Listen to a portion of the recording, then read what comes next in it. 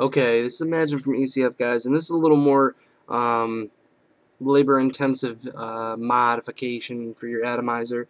So before I go into any great detail, I want to put up a couple of warnings. Number one, what I'm going to do is Dewick and Debridge a 306 low-resistance atomizer.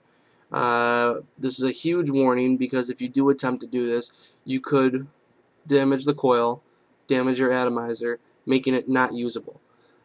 So before you attempt to take this, take the time to really think about what you're doing. The results are tremendous. You get a great flavor, a much more smooth vape, I believe, and a lot of other people do as well. So take the time to really go at this with clear thoughts. Don't go crazy. It can get a little difficult when you're removing the bridge, but just take your time. I've yet to kill one, but it can happen. And that being said, if you do try this and kill your atomizer, you can not send them to me for refunds. Alright, so I'm going to try to zoom this in. Hopefully it'll look alright. Let's try.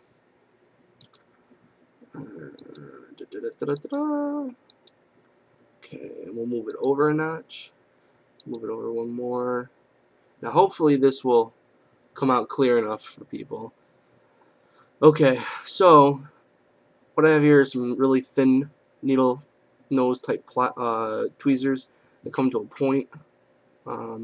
They're good for removing the wicks and some of the other stuff. I do have another pair that are a little bit fatter, and they're good too. What I like to do, number one, is I like to take my 306 and I like to hold it on its side here, and I take my one point, the one point of your tweezer, just one of them, you don't need both, and I lift up the mesh. So with your the part of the atomizer that has the gap in it, the hole, which is right here, where the stuff is, face that sideways. So you're looking at the bridge itself. So you don't have any hole. You're looking at the bridge. So when you're holding the bridge, I take my tweezer, and what I do is I push up the mesh. It usually comes up in one swoop. You can see I got a lot of the mesh up. And then I remove as much as you can right there. Discard that. I take the tweezer, and then I go back over and double check and make sure I got more. There's usually more, and sometimes it's a little hard to get it all. But if you got most of it, what I do at that point is, see, this is where double tweezers come in, because the pointy ones are good, but these ones hold a grip on fatter things. So what I do then is come over here to the side, and there's a little more mesh over here. I'm hoping this video comes out clear, but if not, you'll get the gist. And you just rip off the little edge pieces. And there's some little pieces of mesh on the edge, and it's hard to really show you this without you just doing it. But after you peeled off the mesh off of the metal bridge, you're left with the bare metal of the bridge, and it looks like, see if you can see that, it just looks like a paper clip almost. Okay. What I do is I take my pointy tweezers. Now after you remove the mesh off it, what I do is, through the part where you can see into it, right there, the hole, where the hole is, I put the tweezer in at the very top, facing you, up to the top of the metal bridge. So I push it through, right?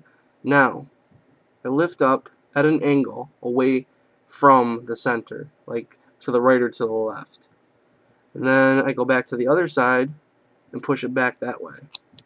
Keep doing that back and forth for a couple of seconds, just to loosen any stiffness, or if it's connected. And then I give it a tug like this, a twist forward, almost like you're opening a can of, like, beans, or you know what I mean.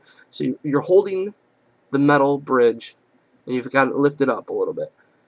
Twist away from you until the bridge pops out, and you'll see now the bridge is popped out. Now, tricky part is to keep the bridge up in the air. There it goes. Just pull it up straight away from you. You don't want to, the whole point, and it's hard to really do, is to keep it from hitting the middle coil. As long as you twist away from you and not into it, you'll be okay. And once you've got the front part out, pull it back a little bit more and then pull it straight up, away from the coils. That way you're not banging them. And you can see this is the discarded bridge. It pretty much comes right out. Here are my fatter tweezers, and what I do then is I remove the wick. Sometimes there, hold on, let me see something here. Sometimes there's some remnants of it around the side, and you can use like a toothpick or something pointy, but don't touch the coils and don't bang them. Just keep doing what you're doing like this and cleaning it. Get all the little pieces of mesh that you didn't get before. It's quite easy, pretty straightforward. Don't be upset if you do mess up an atomizer. You know, it happens. I'm sure people have done it. I've yet to do one, but I'm sure it could happen. So once you've got all the stuff cleaned out of there, let's see if I got it all. Yeah, there's a little bit of mesh there. But that's it. It's now completely debridged and dewicked. Now, benefits of debridging and dewicking. Well, you can see on my other mod, I also have removed the bridge and the wick. This gives you a more smooth, more flavorful, more powerful vape. Instead of your juice getting absorbed by the wick, it goes straight into the cup of the atomizer, which is where your coils are, and it stays there. It doesn't get absorbed by a wick. It doesn't get put into a mesh. It stays in the cup, keeps your 306 more wet. The juice is there. It's not getting sucked away. It doesn't block the flavor. It doesn't hold back the vapor. There's nothing obstructing me from getting vapor straight from the coil. I don't have to worry about mesh over top of it. I don't have to worry about bridges. I get straight vapor coming straight off of the coils. It performs flawlessly.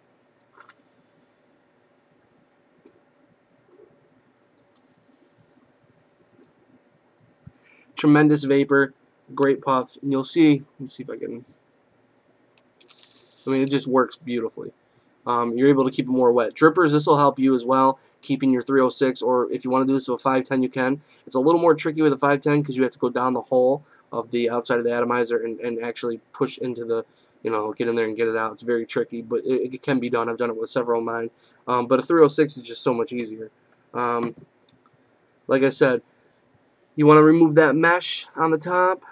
Once the mesh is pulled off, you want to stick your tweezers into the bridge at the top, away from your coils, as far away from the coils as possible, and twist almost like a sardine can or whatever you want to call it. Just turn like you're turning a key, like you're starting your car. And then once you turn it, and it's popped out a little bit, boop, pop right straight back. If you keep going back, you're going to risk the bottom part of the metal tapping the coil. Going straight up, it's not going to hit the center, at least 9 times out of 10. So that's pretty much my video real quick. It's pretty easy. Give it a shot. Give it a try.